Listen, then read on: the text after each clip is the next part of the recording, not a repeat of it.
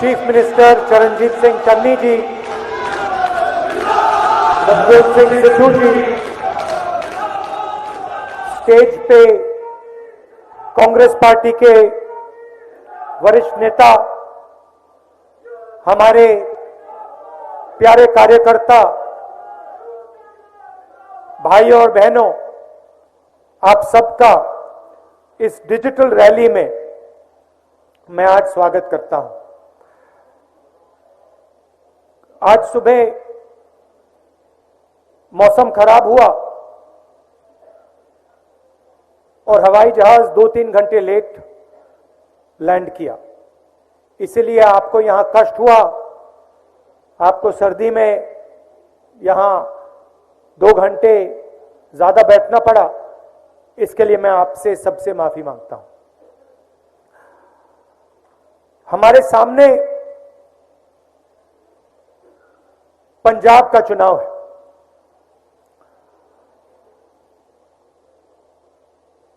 यह सिर्फ एक चुनाव नहीं है, यह पंजाब के भविष्य का सवाल है।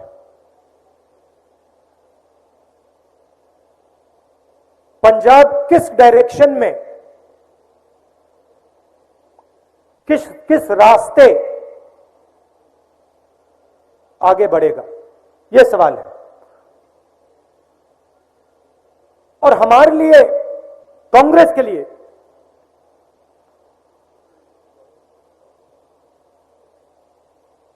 पंजाब एक सिंबल है, एक चिन्ह है। यह हमारे लिए सिर्फ एक प्रदेश नहीं है, यह हमारे लिए एक विचारधारा है,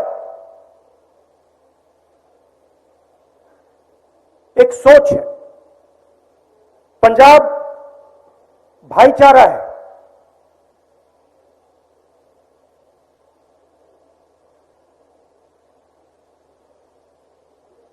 तो ये हमारे लिए, हमारी आइडियोलॉजी के लिए एक बहुत जरूरी चिन्ह है। और मैं जानता हूं सालों से, जैसे आज गाड़ी में किसी ने कहा, कहीं भी देखो, ऊपर नीचे पंजाब के अंदर आपको कांग्रेस पार्टी और कांग्रेस पार्टी की विचारधारा दिखाई देगी, दिल में है आपके।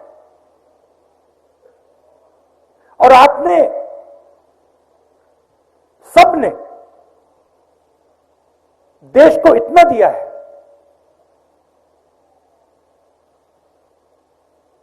प्रधानमंत्री जी दिया आपने, 10 साल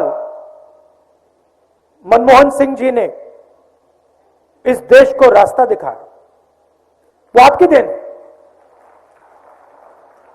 और फिर से कहता हूं, मनमोहन सिंह जी सिर्फ एक व्यक्ति नहीं है,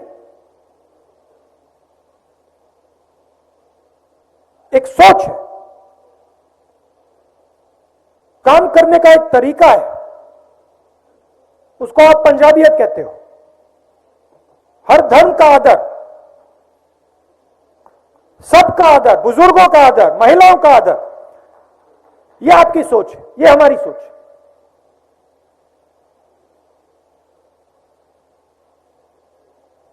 तो रास्ता आपने चुनना है।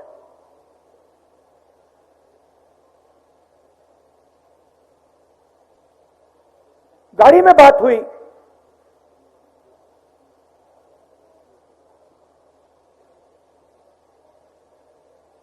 कि आगे पंजाब को कौन लीड करेगा। मीडिया वाले उसको सीएम कैंडिडेट कहते हैं,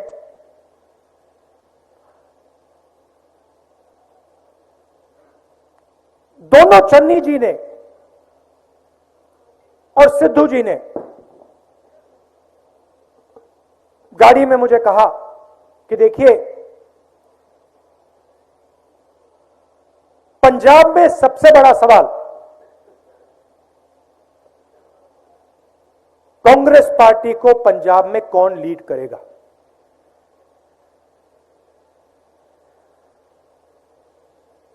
और दोनों ने मुझे आश्वासन दिया और मैं बहुत खुश हुआ कि देखिए, दो लोग तो लीड नहीं कर सकते,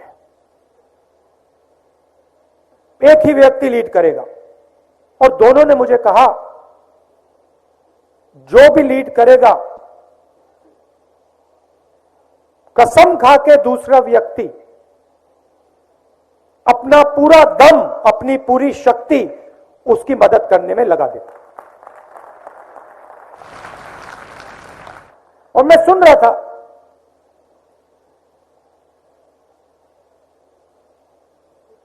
काफी खुश हुआ।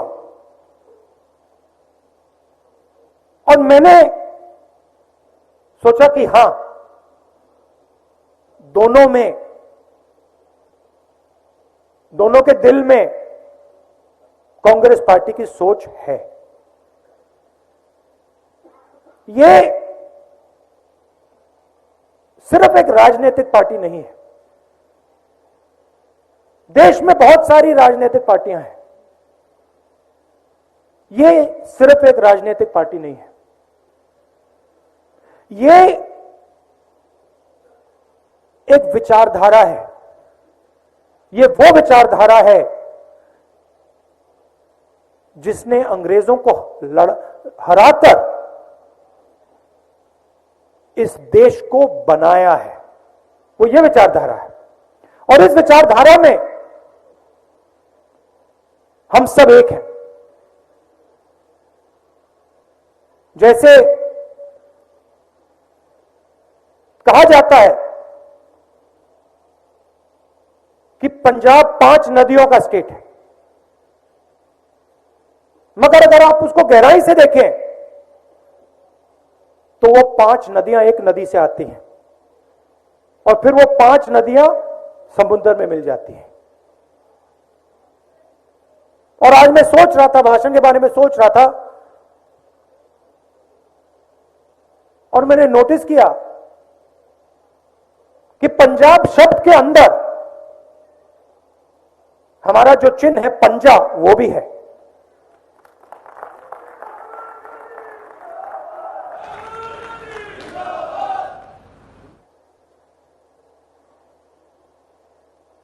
तो मैंने कहा, ठीक है, अगर कांग्रेस पार्टी चाहती है, क्योंकि आमतौर से हम ये नहीं करते हैं, मगर अगर कांग्रेस पार्टी चाहती है और कांग्रेस पार्टी का कार्यकर्ता चाहता है और पंजाब चाहता है, तो फिर हम चीफ मिनिस्टर का निर्णय आपके लिए ले लेंगे। कैसे लेंगे? अपने कार्यकर्ताओं से पूछकर,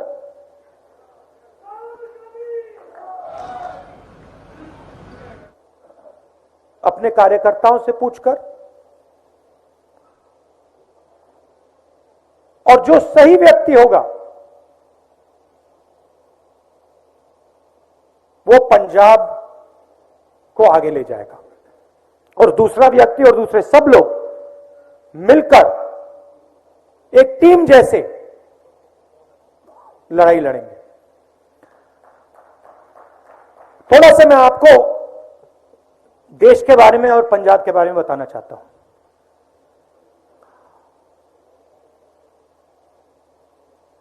चाहे वो नरेंद्र मोदी जी हो, बीजेपी हो, चाहे वो बाकी पार्टियां हो, और उसमें मैं आम आदमी पार्टी को भी शामिल करता हूं, ये सब पार्टियां पावर को कंसंट्रेट करती हैं।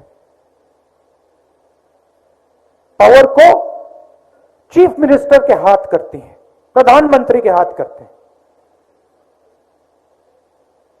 कांग्रेस की विचारधारा,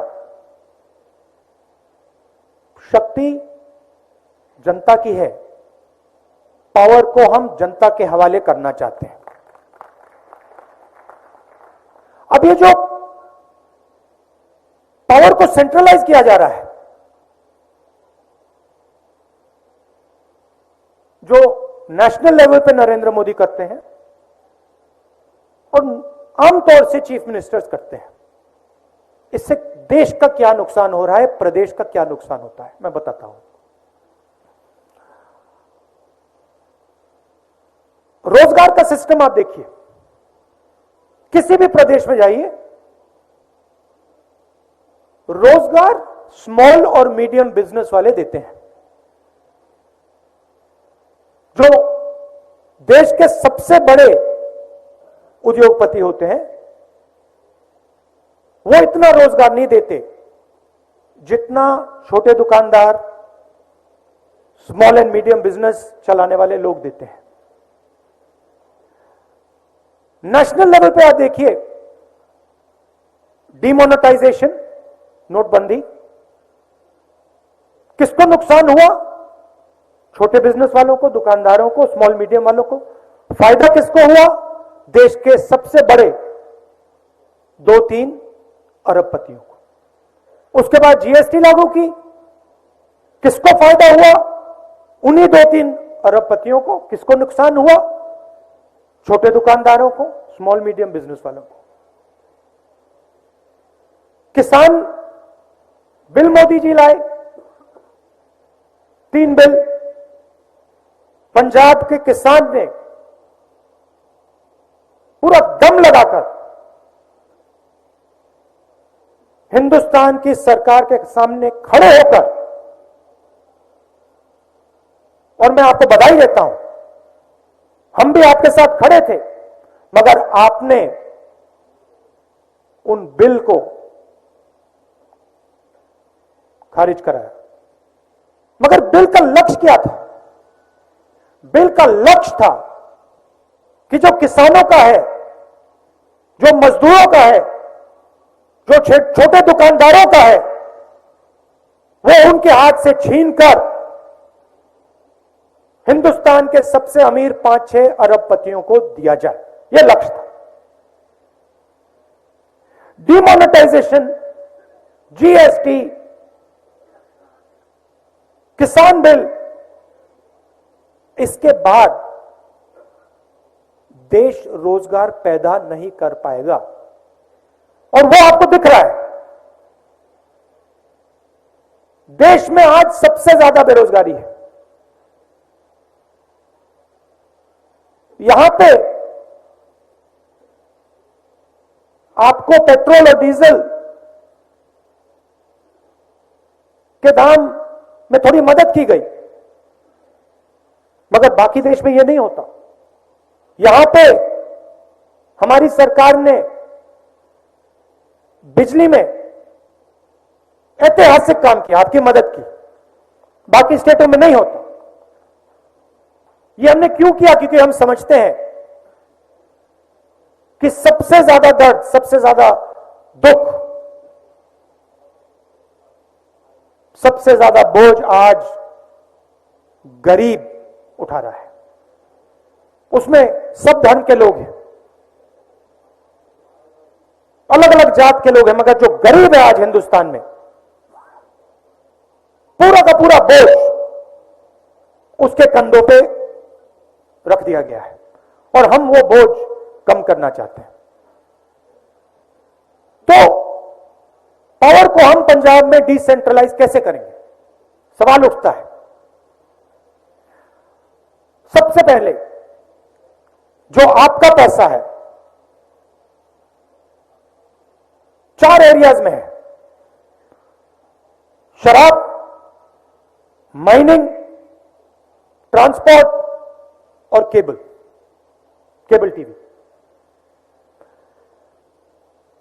इन सिस्टम्स में हजारों करोड़ रुपए आपके हैं, वो आप तक नहीं पहुंचते। हमने शुरुआत की है, मगर हमें एवोल्यूशन नहीं चाहिए, हमें रेवोल्यूशन चाहिए। जो आपका धन है वो हम आपके हवाले करना चाहते हैं, और इन 4 एरियाज में हम एवोल्यूशनरी काम नहीं करेंगे, हम रेवोल्यूशनरी काम करने जा रहे हैं।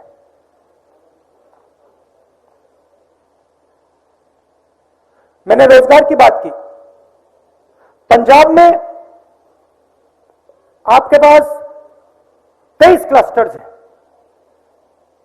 अलग अलग बिजनेस के clusters, small and medium industry के क्लस्टर्स। मोहाली में आईटी और शिक्षा का हब, अमृतसर में टूरिज्म, मेडिकल टूरिज्म, पूरी दुनिया से लोग अमृतसर आते हैं। गोल्डन टेम्पल में दर्शन करने आते हैं, जालियांवाला बाग देखने आते हैं।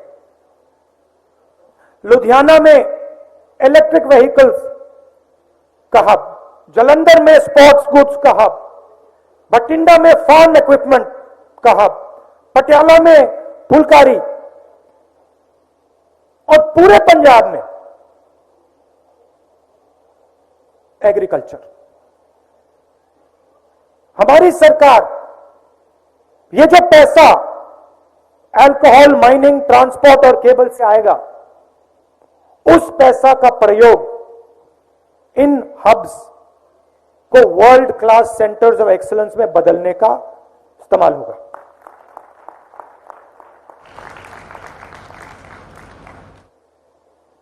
हम चाहते हैं कि मेड इन पंजाब पूरी दुनिया को ये शब्द दिखने लग जाए, मेड इन पंजाब। पंचायती राज की राजीव जी ने बात की थी। हम चाहते हैं कि जो हमारे प्रधान हैं, सरपंच हैं, लोकल बॉडीज में जो हमारे नेता हैं, कॉर्पोरेटर्स हैं, पावर उनके हाथ में दी जाए और डायरेक्ट उनके हाथ में दी जाए, और ब्यूरोक्रेसी से पंजाब ना चलाया जाए। तो ये एक और उदाहरण डिसेंट्रलाइजेशन का। तीसरा उदाहरण,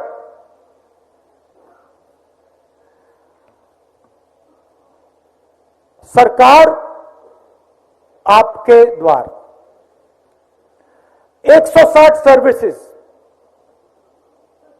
जो सब लोग चाहते हैं, certificates, clearances, permissions, local taxes, जो भी आपका सरकार से इंटरफेस होता है, ये सब चीजें 160 चीजें वन विंडो में हम आपके घर डायरेक्ट पहुंचा देंगे।